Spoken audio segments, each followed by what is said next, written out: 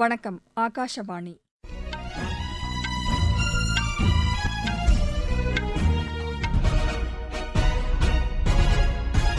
செய்திகள் வாசிப்பவர் லட்சுமி ராகவன். தலைப்புச் செய்திகள்: மக்களவைக்கான 5வது மற்றும் 6வது கட்ட தேர்தல் நேர்மையாகவும் வெளிப்படைத்தன்மையுடனும் நடைபெறுவதை அதிகாரிகள் உறுதி செய்ய வேண்டும் என்று தேர்தல் ஆணையம் கேட்டுக் கொண்டுள்ளது. மத்தியில் பிஜேபி தலைமையிலான அரசு பொறுப்பேற்ற பின்னர் நக்ஸலைட் பிரச்சினை வெகுவாக கட்டுப்படுத்தப்பட்டுள்ளதாக அக்கட்சி தெரிவித்துள்ளது. புதிய வேலைவாய்ப்புகளை உருவாக்குவது தொடர்பான வாக்குறுதிகளை பிஜேபி தலைமையிலான மத்திய அரசு நிறைவேற்றவில்லை என்று காங்கிரஸ் குற்றம் சாட்டியுள்ளது. ஜார்க்கண்டில் காங்கிரஸ் கட்சியைச் சேர்ந்த அம்மாநில அமைச்சர் திரு ஆலம்கீர் ஆலமை அமலாக்கத்துறையினர் கைது செய்துள்ளனர். ஷார்ஜா மாஸ்டர்ஸ் செஸ் போட்டியின் முதல் சுற்றில் இந்தியாவின் அர்ஜுன் எரிகைசி வெற்றி பெற்றார். இனி விரிவான செய்திகள். மக்களவைக்கு 5 மற்றும் 6ஆம் கட்டமாக தேர்தல் நடைபெறவுள்ள தொகுதிகளில் மேற்கொள்ளப்பட்டு வரும் முன்னேற்பாட்டு பணிகள் குறித்து தலைமை தேர்தல் ஆணையர் திரு ராஜீவ்குமார் இன்று ஆலோசனை மேற்கொண்டார். தேர்தல் ஆணையர்கள் திரு ஞானேஷ்குமார், திரு சுக்பீர் சிங் சிந்து ஆகியோருடன் இணைந்து காணொலி காட்சி வாயிலாக மேற்கொண்ட இந்த ஆலோசனையில் தேர்தல் பார்வையாளர்கள் பங்கேற்றனர். 5வது கட்டமாக வரும் 20ஆம் தேதி தேர்தல் நடைபெறவுள்ள 49 தொகுதிகளுக்கான தேர்தல் பார்வையாளர்களும், 6ஆம் கட்டமாக வரும் 25ஆம் தேதி தேர்தல் நடைபெறவுள்ள 58 தொகுதிகளுக்கான பார்வையாளர்களும் இதில் பங்கேற்றதாக தேர்தல் ஆணையத்தின் செய்திக்குறிப்பு தெரிவிக்கிறது. வாக்குப்பதிவு நேர்மையாகவும் வெளிப்படைத்தன்மையுடனும் நடைபெறுவதற்கு தேவையான அனைத்து நடவடிக்கைகளையும் உறுதி செய்யுமாறு திரு ராஜீவ்குமார் இந்த கூட்டத்தில் அறிவுறுத்தியதாக அதில் குறிப்பிடப்பட்டுள்ளது. வாக்குச்சாவடிகளில் உரிய வசதிகள் ஏற்படுத்தப்பட்டுள்ளதா என்பது குறித்தும் தேர்தல் பார்வையாளர்கள் ஆய்வு செய்ய வேண்டும் என்றும் தலைமை தேர்தல் ஆணையர் கேட்டுக் கொண்டுள்ளதாக அந்த செய்திக்குறிப்பில் தெரிவிக்கப்பட்டுள்ளது.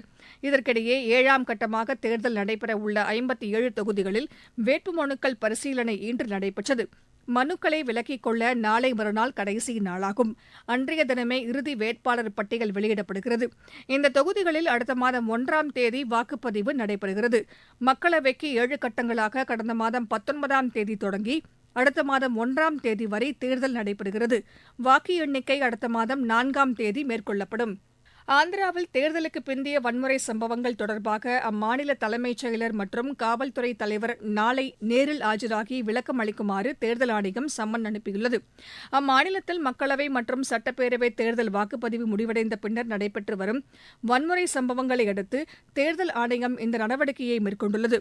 இதுகுறித்து விரிவான அறிக்கை தாக்கல் செய்யப்பட வேண்டும் என்றும் அதில் கோரப்பட்டுள்ளது. சட்டம் ஒழுங்கை பராமரிப்பதில் ஏற்பட்ட குறைபாடுகள் குறித்தும் விளக்கம் அளிக்க வேண்டும் என்று தேர்தல் ஆணையம் கேட்டுக் கொண்டுள்ளது.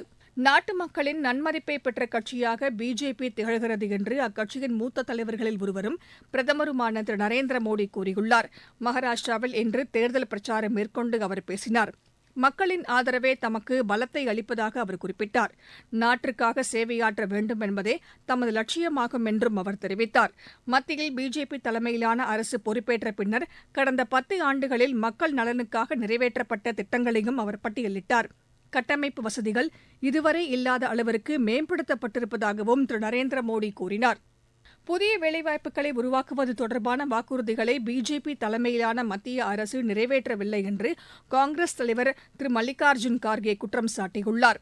செய்தி நிறுவனத்திற்கு அளித்த பேட்டியில் இதனை தெரிவித்த அவர் 2 கோடி வேலைவாய்ப்புகள் உருவாக்கப்படும் என்று பிஜேபி வாக்குறுதி அளித்ததை சுட்டிக்காட்டினார். இதனை ஏன் நிறைவேற்றவில்லை என்றும் அவர் கேள்வி எழுப்பினார். மத்தியில் காங்கிரஸ் ஆட்சி பொறுப்பேற்றால் தேர்தல் அறிக்கையில் இடம்பெற்றுள்ள வாக்குறுதிகள் அனைத்தும் நிறைவேற்றப்படும் என்றும் திரு மல்லிகார்ஜுன் கார்கே கூறினார். மத்தியில் பிஜேபி தலைமையிலான மத்திய அரசு பொறுப்பேற்ற பின்னர் நக்ஸலைட் பிரச்சினை வெகுவாக கட்டுப்படுத்தப்பட்டுள்ளதாக உள்துறை அமைச்சர் திரு அமித் ஷா கூறியுள்ளார். செய்தி நிறுவனத்திற்கு அளித்த பேட்டியில் இதனை தெரிவித்த அவர் ஜார்க்கண்ட், பீகார், தெலங்கானா, ஒடிஷா, ஆந்திரா, மத்திய பிரதேசம் மற்றும் மகாராஷ்டிராவில் நக்ஸலைட் பிரச்சினைக்கு முற்றுப்புள்ளி வைக்கப்பட்டுள்ளதாக தெரிவித்தார். சத்தீஸ்கட்டின் சில மாவட்டங்களில் மட்டும் இப்பிரச்சினை நீடிப்பதாக அவர் கூறினார். அந்த மாநிலத்தில் பிஜேபி ஆட்சி பொறுப்பேற்ற 5 மாதத்திற்குள் 112 நக்ஸலைட்டுகள் பாதுகாப்பு படையினரால் சுட்டுக் கொல்லப்பட்டிருப்பதாக அவர் கூறினார். 375 பேர் ஆயுதங்களை கைவிட்டு சரணடைந்திருப்பதாகவும் அவர் தெரிவித்தார். 153 பேர் கைது செய்யப்பட்டுள்ளதாகவும் திரு அமித் ஷா கூறினார். ஜார்க்கண்டில் காங்கிரஸ் கட்சியைச் சேர்ந்த அம்மாநில அமைச்சர் திரு ஆலம்கீர் ஆலமை அமலாக்கத்துறையினர் கைது செய்துள்ளனர். அமைச்சரின் பாதுகாப்பு அதிகாரியான திரு சஞ்சீவ் லாலின் வீட்டு பணியாளரின் இல்லத்திலிருந்து பெருமளவு பணம் பறிமுதல் செய்யப்பட்டதை அடுத்து இந்த கைது நடவடிக்கை மேற்கொள்ளப்பட்டிருப்பதாக எமது செய்தியாளர் தெரிவிக்கிறார். தில்லி முன்னாள் துணை முதலமைச்சர் திரு மணீஷ் சிசோடியாவின் நீதிமன்ற காவல் வரும் 30ஆம் தேதி வரை நீட்டிக்கப்பட்டுள்ளது. தில்லி சிறப்பு நீதிமன்ற நீதிபதி திருமதி காவேரி பவேஜா இதற்கான உத்தரவினை பிறப்பித்தார். முன்னதாக சிறையில் உள்ள திரு சிசோடியா காணொலி வாயிலாக ஆஜர்படுத்தப்பட்டார். நீங்கள் கேட்டுக்கொண்டிருப்பது ஆகாஷவாணியின் செய்தி அறிக்கை. குடியுரிமை சான்றிதழ்கள் இன்று புதுதில்லியில் வழங்கப்பட்டன. குடியுரிமை திருத்த சட்டத்திற்கான அறிவிக்கை வெளியிடப்பட்ட பின்னர் முதல் கட்டமாக விண்ணப்பித்த 14 பேருக்கு இந்த சான்றிதழ்களை மத்திய உள்துறை செயலர் திரு அஜய் பல்லா வழங்கினார். சான்றிதழ்களை பெற்றவர்களுக்கு வாழ்த்து தெரிவித்த திரு அஜய் பல்லா அது தொடர்பான விவரங்களையும் அவர்களிடம் எடுத்துரைத்தார். இந்தியா ஐக்கிய அரபு எமிரேட்ஸ் இடையேயான தூதரக அலுவலர்கள் தொடர்பான கூட்டம் இன்று புதுதில்லியில் நடைபெற்றது. இந்தியாவின் சார்பில் வெளியுறவுத்துறை அதிகாரி திரு முக்தேஷ் பர்தேசி தலைமையிலான குழுவினரும், ஐக்கிய அரபு எமிரேட்ஸ் சார்பில் அந்நாட்டு வெளியுறவுத்துறையின் நிரந்தர செயலர் திரு காலித் பெல்ஹவுல் தலைமையிலான குழுவினரும் இதில் பங்கேற்றனர். இரு நாடுகளுக்கு இடையேயான உறவை மேலும் வலுப்படுத்துவது குறித்து இதில் விவாதிக்கப்பட்டதாக எமது செய்தியாளர் தெரிவிக்கிறார். இலங்கையில் பாதுகாப்பு தளவாடங்கள் உற்பத்தி பிரிவை ஏற்படுத்துவது தொடர்பாக அந்நாட்டு அரசு இந்தியாவுடன் பேச்சு நடத்தி வருகிறது.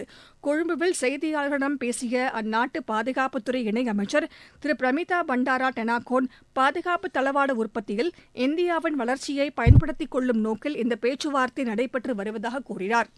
கேன் திரைப்பட விழாவில் இந்திய அரங்கினை தகவல் ஒலிபரப்புத்துறை செயலர் திரு சஞ்சய் ஜாஜூ இன்று திறந்து வைத்தார். இந்தியாவில் உள்ள திரைப்பட தயாரிப்பு நிறுவனங்களுக்கு சர்வதேச வாய்ப்புகளை வழங்க இந்த அரங்கு உதவிடும் என்று எமது செய்தியாளர் தெரிவிக்கிறார்.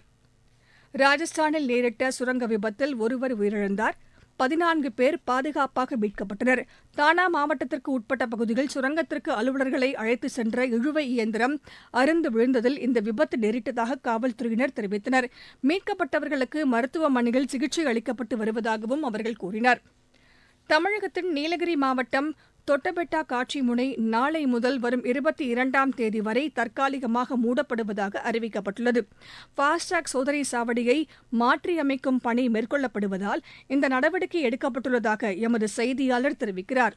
தொட்டபெட்டா மலை சிகரத்திற்கு செல்ல வனசோதனை சாவடியில் சுற்றுலாப் பயணிகளிடம் நுழைவு கட்டணம் பெற ஃபாஸ்டாக் முறை அமலில் உள்ளது. இந்த வனசோதனை சாவடி உதகை கோத்தகிரி சாலையில் உள்ள தொட்டபெட்டா சந்திப்பில் அமைந்துள்ளது. இதனால் வாகனங்களின் ஃபாஸ்டாகை ஸ்கேன் செய்து அனுப்ப நேரமாவதால் வாகனங்கள் அணிவகுத்து நிற்கின்றன.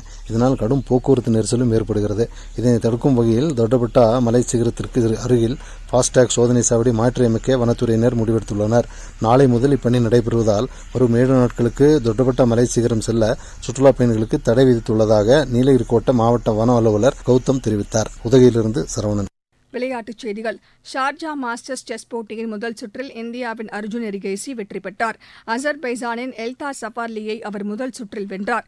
இந்தியாவின் அரவிந்த் சிதம்பரம் மற்றும் இனியனும் முதல் சுற்றில் வெற்றி பெற்றனர். தாய்லாந்து ஓபன் பேட்மிண்டன் போட்டியில் இந்தியாவின் மீராபா லுவாங் மைஸ்னம் காலிறுதிக்கு முந்தைய சுற்றுக்கு முன்னேறியுள்ளார்.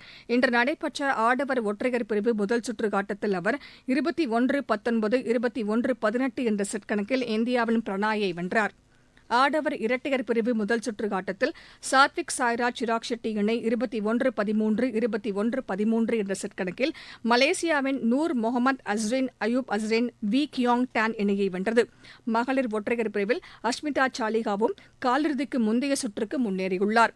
மகளிர் ஒற்றையர் பிரிவு முதல் சுற்று ஆட்டத்தில் அவர் 19-21, 21-15, 21-14 என்ற செட் கணக்கில் இந்தோனேஷியாவின் எஸ்டர் நூர்மி ட்ரீ வார்டோவாவை வென்றார். சுவிட்சர்லாந்தில் நடைபெறவுள்ள ஒலிம்பிக் தகுதி சுற்று படகு போட்டியில் பங்கேற்பதற்கான 6 பேர் கொண்ட இந்திய அணி அறிவிக்கப்பட்டுள்ளது. எலோர்டா கோப்பைக்கான குத்துச்சண்டை போட்டியில் இந்தியாவின் மனிஷா மற்றும் மோனிகா அரையிறுதிக்கு முன்னேறினர். ஐபிஎல் கிரிக்கெட் போட்டியில் பஞ்சாப் அணி இன்று ராஜஸ்தான் அணியை எதிர்கொள்கிறது. மீண்டும் தலைப்புச் செய்திகள். மக்களவைக்கான 5வது மற்றும் 6வது கட்ட தேர்தல் நேர்மையாகவும் வெளிப்படைத்தன்மையுடனும் நடைபெறுவதை அதிகாரிகள் உறுதி செய்ய வேண்டும் என்று தேர்தல் ஆணையம் கேட்டுக் கொண்டுள்ளது. மத்தியில் பிஜேபி தலைமையிலான அரசு பொறுப்பேற்ற பின்னர் நக்சலைட் பிரச்சினை வெகுவாக கட்டுப்படுத்தப்பட்டுள்ளதாக அக்கட்சி தெரிவித்துள்ளது. புதிய வேலைவாய்ப்புகளை உருவாக்குவது தொடர்பான வாக்குறுதிகளை பிஜேபி தலைமையிலான மத்திய அரசு நிறைவேற்றவில்லை என்று காங்கிரஸ் குற்றம் சாட்டியுள்ளது. ஜார்க்கண்டில் காங்கிரஸ் கட்சியைச் சேர்ந்த அம்மாநில அமைச்சர் திரு ஆலம்கீர் ஆலமை அமலாக்கத்துறையினர் கைது செய்துள்ளனர். ஷார்ஜா மாஸ்டர்ஸ் செஸ் போட்டியின் முதல் சுற்றில் இந்தியாவின் அர்ஜுன் எரிகேசி வெற்றி பெற்றார். இத்துடன் இந்த செய்தி அறிக்கை நிறைவு பெற்றது.